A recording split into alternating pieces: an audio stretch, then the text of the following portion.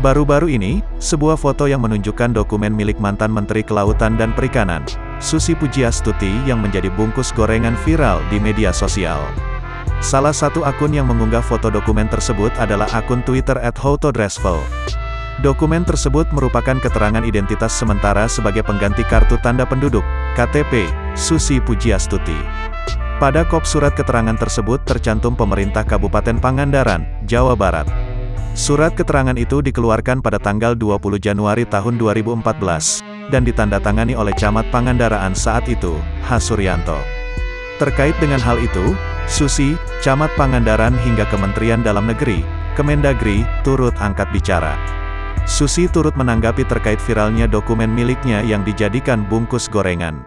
Hal itu disampaikan Susi melalui akun Twitternya, @susipujiastuti, Senin, tanggal 27 Desember tahun 2021.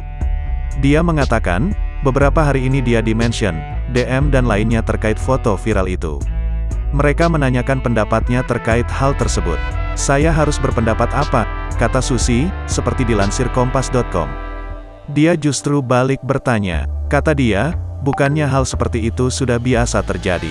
Susi juga merasa bingung, harus protes kemana dan siapa jika mengalami hal seperti ini. Mengutip Tribun Jabar, Yadi Setiadi, selaku Camat Pangandaran saat ini menyayangkan kejadian tersebut.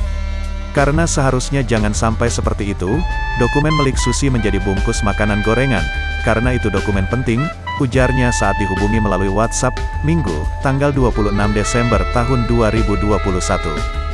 Dia menjelaskan, bahwa surat tersebut adalah surat keterangan KTP sementara yang dikeluarkan sekira 7 tahun lalu.